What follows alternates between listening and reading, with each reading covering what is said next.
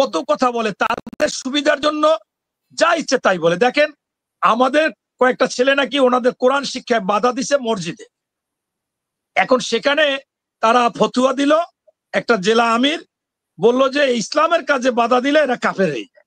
ভালো কথা, তাহলে একটা দুইটা ছেলে হয়ে গেছে।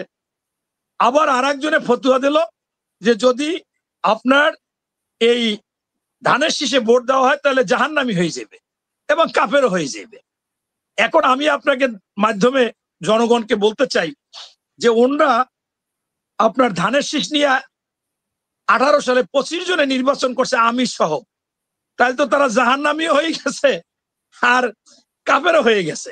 এর আগে তাদেরকে 30টা-35টা আসন 2001 সালে দেওয়া হয়েছে, বাকিগুলো তো আমাদের ধানের শীষে ওই গোলাম আজম সাহেবও করছে, তাহলে তারাও তো এর মধ্যে পড়ছে। আবার বলছে যে ইসলামী কাজে বাধা দিছে, ওনরা লিখিত ভাবে ওনাদের